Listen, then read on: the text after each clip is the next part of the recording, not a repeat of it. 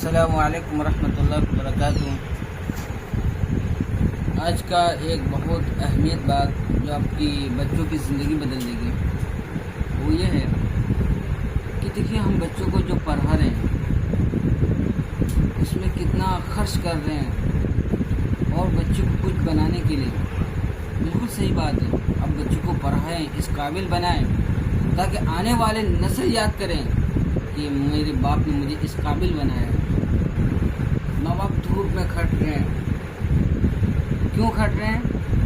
تاکہ وہ اپنے بچوں کو جس جگہ وہ ہیں وہ اس جگہ نہ رہیں، وہ اوپر رہیں۔ اس کے لیے میں ایک واقعہ بتاتا ہوں۔ ایک واقعہ ہے لطائف حقانی میں، میرا باپ نہیں میرا دادا بیوقوف تھا۔ اب پورا سنیں غور سے اور سبق حاصل کریں۔ ایک مستقل قوم ہے جو بھیڑیں پالنے کا کام کرتی ہے۔ گجرات میں اس کے بھیڑوار کہتے ہیں، یار باری کے نام سے پہچانے جاتے ہیں۔ ایک آدمی کے پاس 2,000 3,000 4,000 بھیڑیں ہوتی ہیں، جس کے بعد جتنی زیادہ بھیڑیں ہوتی ہیں وہ اتنا ہی زیادہ مالدار سمجھا جاتا ہے۔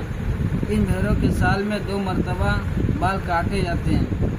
میرے بھائی دوستوں، میرے ویڈیو کو دیکھنے کے لیے آپ لائک، سبسکرائب، شیئر، فالو کریں۔ اگر آپ کو اور کچھ چاہیے تو میسج بھی کر سکتے ہیں، کیونکہ میں بہت محنت سے ویڈیو بناتا ہوں۔ اب میرے ویڈیو کو سبسکرائب کریں، کیونکہ وہ بال بہت گرم ہوتے ہیں، اسی وجہ اچھی قیمت پر بک جاتے ہیں۔ یہی ان لوگوں کی کمائی ہوتی ہے۔ یہ لوگ گجرات اور راجستھان میں زیادہ تر رہتے ہیں۔ یہ اپنے اولاد کو تعلیم بالکل نہیں دیتے، بچپن ہی سے بھیڑیں چرانے کا کام کرتے ہیں۔ یعنی یہ کام ہے مثال کے طور پر بھیڑیاں چرانا اور اس کو پالنا، تو بھی وہ اپنے بچوں کو کہتا ہے چلو اسی میں لگ جاؤ، اسی میں زیادہ پیسہ ہے۔ آگے دیکھیے کیا ہے، اتفاق سے ان میں ایک آدمی نے اپنے بچوں کو بہت ہی اچھی تعلیم دلائی، جس کی وجہ سے وہ لڑکا ایک راجا کا وزیر بن گیا۔ اس کو اس قابل بنایا تو وہ بادشاہ یا راجا کا وزیر بن گیا۔ کچھ دنوں کے بعد اس کے والد کا خط آیا کہ میں تم سے ملنے کے لیے آنے والا ہوں۔ خط میں پہنچنے کی تاریخ اور گاڑی کا وقت بھی لکھ دیا۔ جب راجا کو اس بات کا علم ہوا کہ وزیر کے والد صاحب آنے والے ہیں تو اس نے وزیر صاحب کے والد صاحب کے استقبال کے لیے ریلوے اسٹیشن پر بہت انتظام کیا۔ جب گاڑی اسٹیشن پر آ کر رکی تو وزیر صاحب کے والد صاحب کے استقبال میں تو 20 اور بندوقیں چھوٹنے لگیں، بینڈیاں بجنے لگیں۔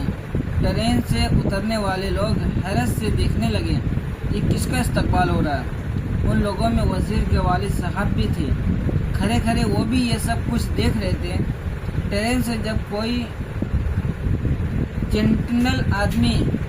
جنرل آدمی اترتا ہوا نہیں دکھائی دیا تو راجا صاحب نے وزیر سے پوچھا کہ آپ کے والد صاحب شاید نہیں آئے؟